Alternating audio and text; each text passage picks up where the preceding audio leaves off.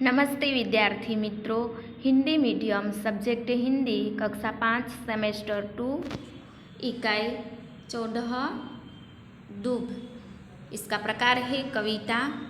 इसके कवि है भगवती प्रसाद द्विवेदी। तो विद्यार्थी मित्रों, दूब एक प्रसिद्ध घास है। इसमें लचकने का गुण होता है। दूब के इस गुण के कारण आंधी और तूफान भी इसका कुछ नहीं बिगाड़ पाते, इसलिए यह हरदम मुस्कुराती और हरी भरी रहती है।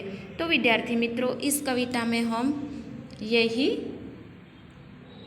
सरल अर्थ देखते हैं। इस कविता का भावार्थ देखते हैं। धरती की छाती से लिपटी नन्ही नन्ही प्यारी धूप, आपस में गले बहिया डाले करती सबसे यारी धूप। धरती जमीन। तो विद्यार्थी मित्रों, नन्ही नन्ही यानी छोटी छोटी, यारी यानी दोस्ती,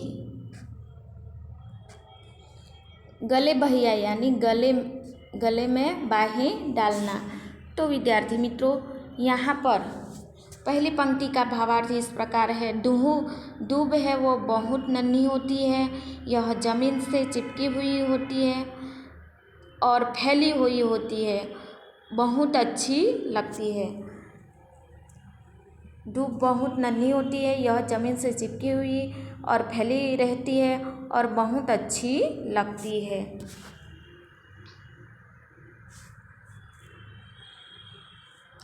आंधी आती तूफान आते, नहीं तनिक घबराती धूप, पेड़ उखड़ते डाल टूटती, पर मुस्कान लुटाती धूप।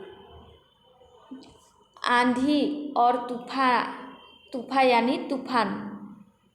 तो आंधी और तूफान आते, तनिक जरा भी नहीं घबराती धूप, पेड़ उखड़ जाते हैं, डाल टूट जाते हैं, पर हमेशा वह मुस्कुराती रहती है। यह इतनी धनी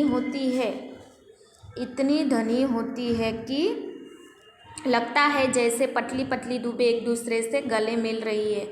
वे सबसे मित्रवत व्यवहार रखती है। कैसा व्यवहार रखती है? मित्रता व्यवहार रखती है। और आंधी और तूफान का भी धूप पर कोई असर नहीं होता, वह उससे जरा भी नहीं घबराती है। सीना तान कर वह क्या है? सीना तान कर वह तनिक खड़ी रहती है। आंधी और तूफान आने पर पेड़ उखड़ जाते हैं और उनकी डालियाँ टूट जाती है, फिर भी वह दूब हमेशा मुस्कुराती हुई अपनी जगह पर अड़ी खड़ी रहती है और हमेशा मुस्कुराती रहती है। रात रात भर ओस कणों से जम कर नित्य नहाती धूप, सूरज की किरणों के संग सतरंगे खेल रचाती धूप। रात के समय ओस से हमेशा जमकर नहाती है। नित्य यानी हर रोज नहाती है। जब सुबह उस पर सूर्य की किरणें पड़ती है तो ओस की बूंदें सतरंगी दिखाई देती है। सतरंगी यानी 7 रंगों जैसी दिखाई देती है। तो विद्यार्थी मित्रों, यहाँ पूरी कविता का भावार्थ इस प्रकार है कि दूब बहुत नन्ही होती है, यह जमीन से चिपकी हुई फैली रहती है और बहुत अच्छी लगती है।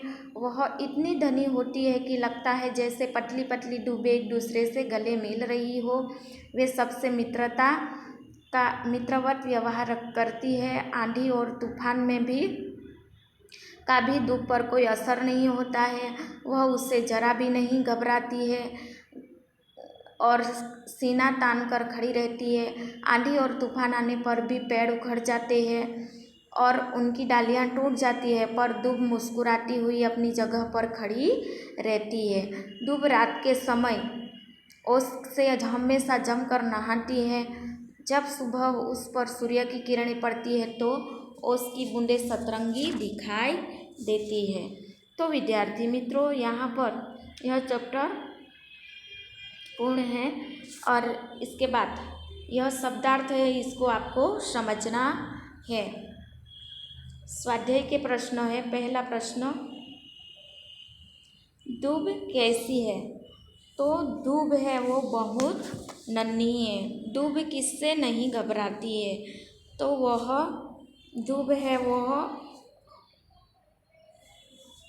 आंधी और तूफान में भी दूब नहीं घबराती है। ओशकण किसे नहलाते हैं?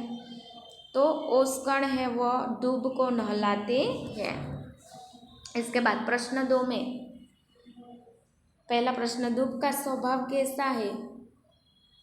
तो विद्यार्थी मित्रों यहाँ पर दूब का स्वभाव सबसे मित्रवत व्यवहार करती है। सूरज की किरणों के साथ दूब कैसे खेल रचाती है? तो दूब रात के समय ओस से हमेशा जमकर नहाती है। जब सुबह उस पर कोई सूर्य की किरणें पड़ती है तो ओस की बूंद सतरंगी दिखाई देती है। दूब कविता के माध्यम से कवि हमें क्या संदेश देती है?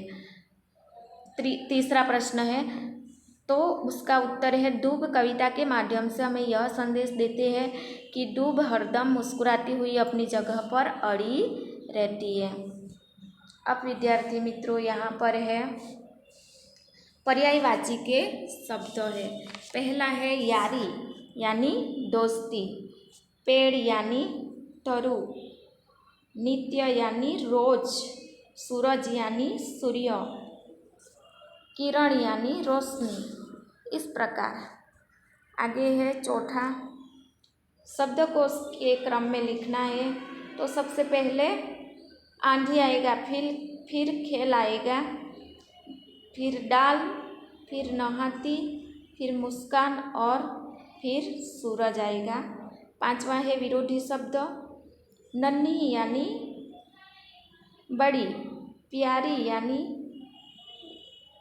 दुश्मनी, मुस्कान यानी रोना, टूटना यानी जोड़ना, संग यानी कुसंग। प्रश्न 6 में शब्दों के लिए कविता में कौन सा शब्द प्रयोग किया गया है वो आपको लिखना है। तो भूमि यानी धरती, रजनी यानी रात, तीसरा स्नान यानी नहाना, चौथा खूब यानी ज़्यादा। इस प्रकार ये 7वां काव्य पंक्ति को पूर्ण करना है। तो विद्यार्थी मित्रों यह आपको किताब में से मिल जाएगा, यह आपको ढूंढकर लिखना है किताब में जो कविता है उसमें। इस तरह यहाँ पर यह चैप्टर पूर्ण होता है। आपको जितना समझ में आए उतना आपको हिंदी की कॉपी में लिख देना है स्वाध्याय के प्रश्न।